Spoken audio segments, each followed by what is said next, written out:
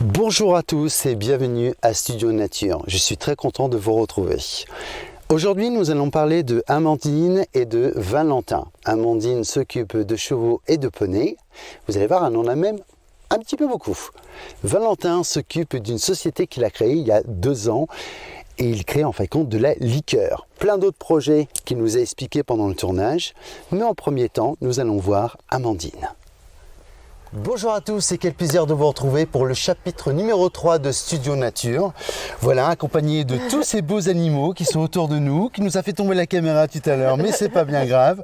Je suis avec aujourd'hui Amandine, qui s'occupe bien sûr des chevaux. Amandine, bonjour, je suis très content que tu aies accepté pour ce nouveau reportage, accompagné du tout petit, voilà, qui s'appelle Esteban. Donc nous allons parler de quelque chose qui te passionne le plus possible, Amandine. C'est quoi exactement? Les chevaux. Donc c'est une passion depuis que je suis toute petite. Donc là on est sur les locaux du centre équestre La Crinière qui existe depuis les années 80 peut-être. Et donc moi déjà toute petite à 6 ans, on a commencé à m'emmener ici avec mon cousin et on m'a mis sur un cheval et j'ai pu enlever mes fesses sur un cheval. Et tu en as combien de chevaux exactement? J'en ai 15. Ah oui, quand même. Alors j'ai quand même 9 poneys. 9 poneys, 2 chevaux de trait et après chevaux Connemara et New Forest. D'accord. Voilà. Et ton mari Valentin, c'est aussi sa passion un peu les chevaux? Pas du tout. Alors il aime ça parce qu'il aime la nature, mais c'est pas une passion les chevaux. Par contre, il aime monter, il vient m'aider dans les prés, il m'aide à faire tout ce que j'ai besoin, mais c'est pas la passion du cheval à proprement dit. Lui, je veux dire, tu as une vie de famille bien sûr, comme tout le monde, et tu arrives à gérer vie de famille, puis les chevaux, comment ça se passe un peu? Alors l'organisation c'est simple, ils viennent avec moi, ils m'aident à faire les prés. Donc mon fils qui a 12 ans, c'est un petit peu plus dur parce que c'est pas lui qui a voulu des chevaux, donc voilà. Mais bon, c'est pas grave, on est dehors, on est dans la nature, ça nous sort, ça nous fait une promenade ensemble. Ma fille qui a 5 ans, pour elle, c'est la vie. Elle est tellement heureuse de venir vers les poneys tous les jours. Et Esteban, dès qu'il voit les chevaux, c'est pareil. Donc voilà, on profite d'être dans la nature. Mais c'est vrai qu'on ne peut que tomber sur le charme quand on voit la vue que nous avons d'ici, que nous allons voir tout à l'heure. Bien sûr, juste après ce reportage, et c'est vrai que c'est une vue exceptionnelle où on voit vraiment ces belles forêts, ces belles montagnes. Et tu fais beaucoup de balades en forêt? Alors exclusivement de la balade en forêt, un petit peu de dressage ou un petit peu d'obstacles des fois pour s'amuser, mais c'est vraiment ah oui. les chiens et les fils. Mais c'est vraiment de la balade exclusivement. Après j'aimerais bien avec la jument de trait essayer un jour de faire du débardage, du travail, voilà. Mais ça c'est quand j'aurai un peu plus le temps parce qu'avec les petits c'est encore voilà. C'est pas trop dur en ce moment avec ce deuxième confinement qu'on puisse avoir ces derniers temps, de pouvoir gérer tout ça en même temps. Est-ce que tu as l'autorisation, je veux dire, de les promener Alors, sur le premier confinement, c'était un petit peu compliqué parce qu'on était un peu en porte-à-faux, on ne savait pas ce qu'on avait le droit de faire avec nos chevaux ou pas. C'était l'hiver, moi c'était la période du foin, donc tous les jours je vais donner le foin, ils ont leur tas tous les jours, donc forcément j'étais obligée d'y aller tous les jours et c'est vrai que par chance j'ai jamais été contrôlée, mais bon de toute façon c'était ma sortie pour 1 heure et je partais pour m'occuper des chevaux. Et là cette année, ce deuxième confinement, il y a quand même eu des décrets qui sont sortis pour dire qu'on avait le droit de sortir nos chevaux quand même pour leur entretien physique, et donc voilà, donc il n'y a pas de. Mais plus dans le deuxième pour le deuxième confinement, ça y est, ça a été plus souple. Oui, c'est plus souple pour nous parce que on se rend compte qu'un cheval, ça peut pas vivre par lui-même, c'est pas possible. Je suis bien d'accord avec toi. Donc voilà. Bah écoute, c'est très très bien tout ça. Moi j'en suis très très content de découvrir la passion bien sûr d'Amandine, avec le petit Esteban qui veut faire une interview aussi avec nous. Il est encore un peu jeune. Oui.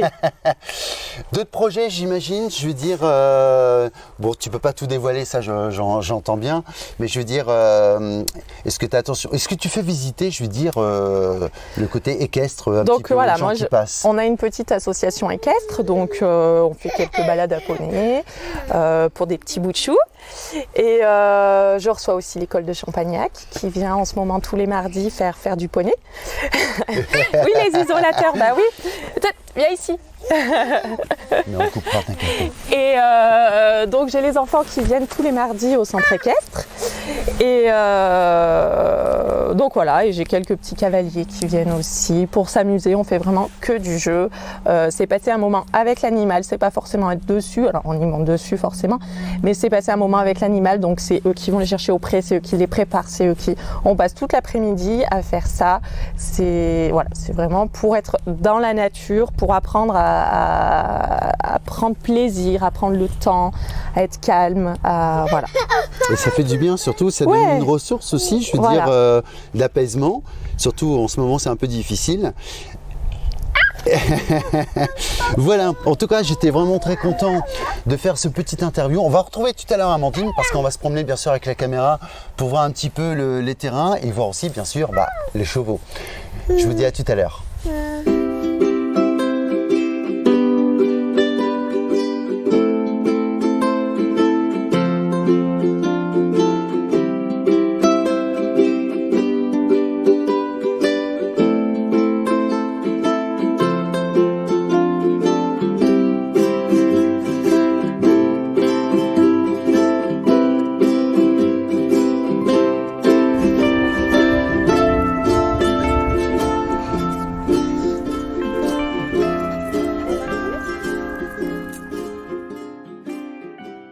Amandine, cette fois-ci, on se retrouve dans ton enclos avec ces petits poneys qui sont magnifiques. Comment il s'appelle celui-là avec qui tu es? Donc là c'est Hutch, Oui. donc un poney qui est né à la maison. Voilà, il veut plus nous parler, il veut Il fait la parler à la tête. caméra. Donc voilà, le poney qui est né à la maison, qui a eu pas mal de soucis de santé d'ailleurs celui-là, et qu'on a soigné, qu'on a gardé bien sûr, et voilà, du coup on est avec tous les poneys. J'en ai deux oui, qui sont nés à la maison, sinon je les ai récupérés quand ils étaient petits, à part celui-là qui est nouveau. Qui Mais, s'appelle Skiddy. Et ils ont quel âge à peu près tes poneys? La plus jeune a 6 ans et le plus vieux il doit avoir 14 ans. 14 ans. Voilà. Et ça vit à peu près combien d'années un poney? Une trentaine d'années. Ah, quand même. Ouais, quand même sur du poney jusqu'à 30 ans, entre 25 30 ans. Après ça dépend, on est même plus de 30 ans. Moi j'ai un troupeau de mamies aussi, une qui a 31 ans.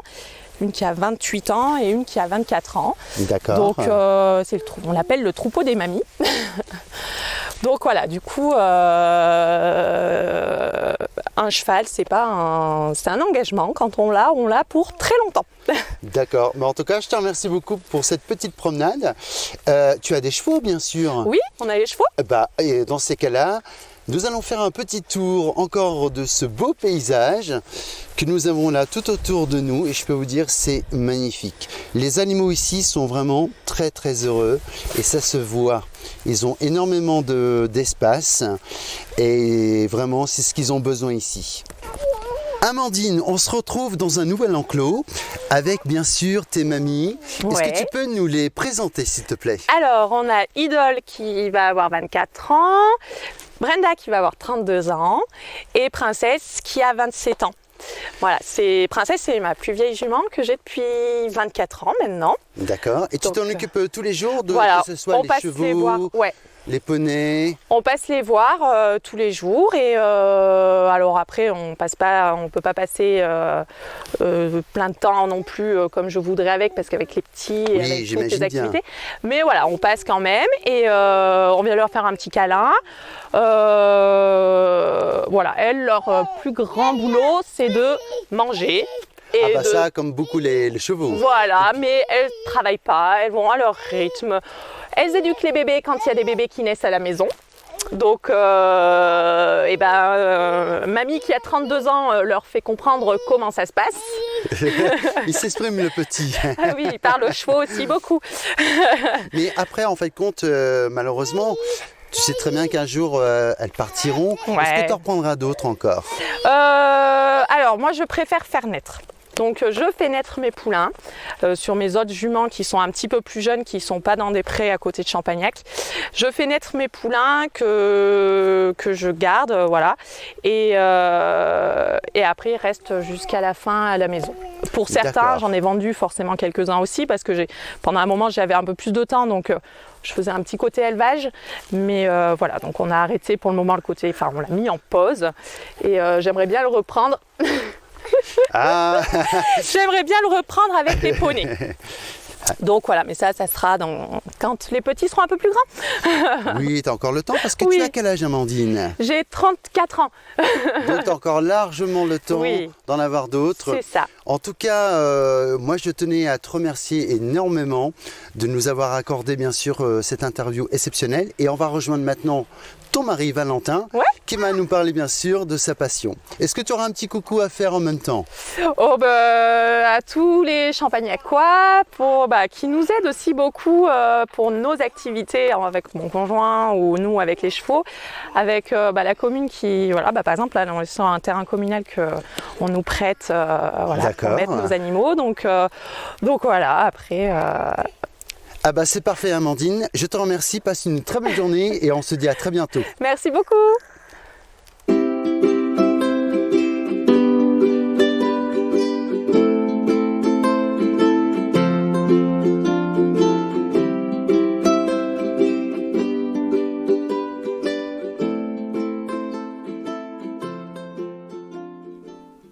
Bonjour à tous et quel plaisir de vous retrouver bien sûr pour ce nouveau documentaire. Mais là je me trouve bien sûr dans un endroit qui est un peu magique, où il y a plein de petites liqueurs, n'est-ce pas Valentin? Tout à fait. Et donc c'est chez toi? C'est chez moi. Et qu'est-ce qu'on fait exactement dans cet atelier-là? Qu'est-ce que tu fais exactement? Alors cet atelier, c'est un atelier de fabrication. Donc on y fabrique nos liqueurs, donc le produit fini. D'accord, comme on peut voir ici bien sûr. Comme on peut voir ici, on cultive donc les plantes dans les alentours, où on cueille en sauvage, donc dans la forêt, dans les haies pour la prunelle. Et ensuite, une fois qu'on a nos fruits ou nos plantes, on vient ici. Donc on fabrique ici du début à la fin. Il y a la macération donc qui dure un certain temps. Ça peut durer une semaine, ça peut durer plusieurs mois. Et une fois que la macération est faite, on filtre notre produit, on rajoute de l'eau et du sucre et on fait la mise en bouteille. Donc ici il y a toute une chaîne. On fait la mise en bouteille, l'étiquetage et ensuite on a toute la partie stockage où Et c'est beaucoup de travail tout ça, parce que ça fait combien de temps que tu as créé ta société? Alors la société elle a 3 ans. D'accord. Moi c'est une passion, ça fait depuis que je suis adolescent que je vois mon grand-père faire des alcools. Ah oui, effectivement. Donc je l'ai toujours vu faire ses gnôles, ses liqueurs. Ensuite, moi, en grandissant, j'ai toujours fait ces alcools pour moi, les copains, mais jamais de manière professionnelle. Donc, c'était vraiment toujours pour le plaisir, parce que ça me plaisait vraiment.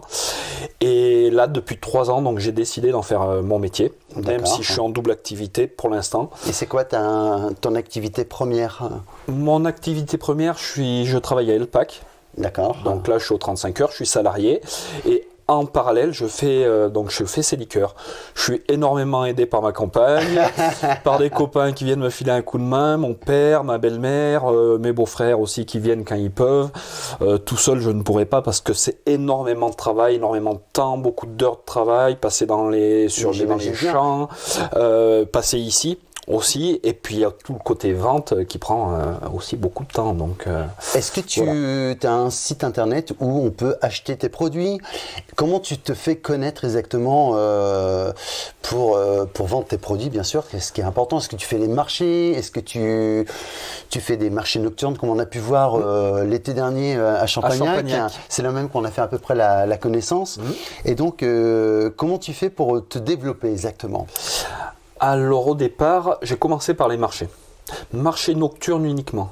Oui. Parce que je dois dire que boire une liqueur le matin, faire découvrir des produits aussi forts le matin, c'est compliqué. Oui, d'avoir des adeptes quand même le matin. Il y en a un petit peu, mais c'est difficile. Donc on a misé sur les marchés nocturnes l'été. Ça a bien fonctionné auprès des locaux, auprès aussi des touristes. Donc on s'est rendu compte que le produit plaisait.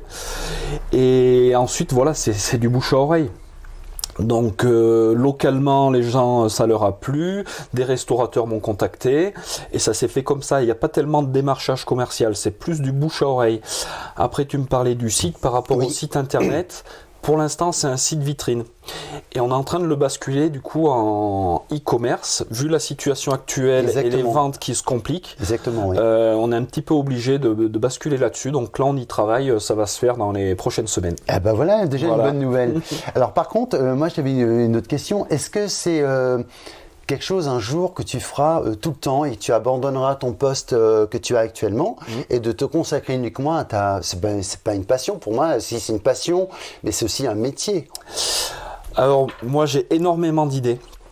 J'ai envie de me développer sur pas mal de choses. Notamment j'aimerais avoir un alambic et pouvoir distiller. Aujourd'hui, c'est des macérations, mais j'aimerais bien faire de la distillation aussi. Et quelle est la différence entre les deux? La différence, c'est que la macération, donc les produits macèrent dans l'alcool.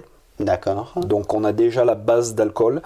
Et la distillation, on fait chauffer les fruits ou les plantes et on en tire en fait de l'agnole, de l'eau de vie. C'est l'eau de vie des anciens. Voilà, c'est ça la distillation. C'est très intéressant parce que c'est vrai que moi je connais pas spécialement ce métier-là, donc tu me l'apprends. Comme on dit souvent, je me coucherai moins bête ce soir. Et par contre, moi j'avais une autre question. Est-ce que tu vas te ragrandir? Parce que bon, c'est quand même... C'est plein quand même, bon vous ne le voyez pas vous derrière la caméra, mais bon juste avant de filmer on a fait les étagères, mais c'est quand même c'est quand même grand, on va pas dire c'est petit, mais à un moment donné est-ce que tu veux t'élargir un peu plus? Alors par rapport à ta première question, et pour te répondre, oui, moi je cherche à m'agrandir, là on commence à être restreint au niveau de la place. D'accord. Le local ne m'appartient pas, je le loue à la mairie. D'accord. Donc voilà, j'aimerais bien être propriétaire du bâtiment et dans la vue de me développer, comme tu disais, oui, j'aimerais beaucoup plus de place. Donc on a des idées, on a des projets, on a déjà quelques structures, il y a des possibilités. Donc je pense que d'ici 2 à 3 ans, on devrait déménager et avoir une autre...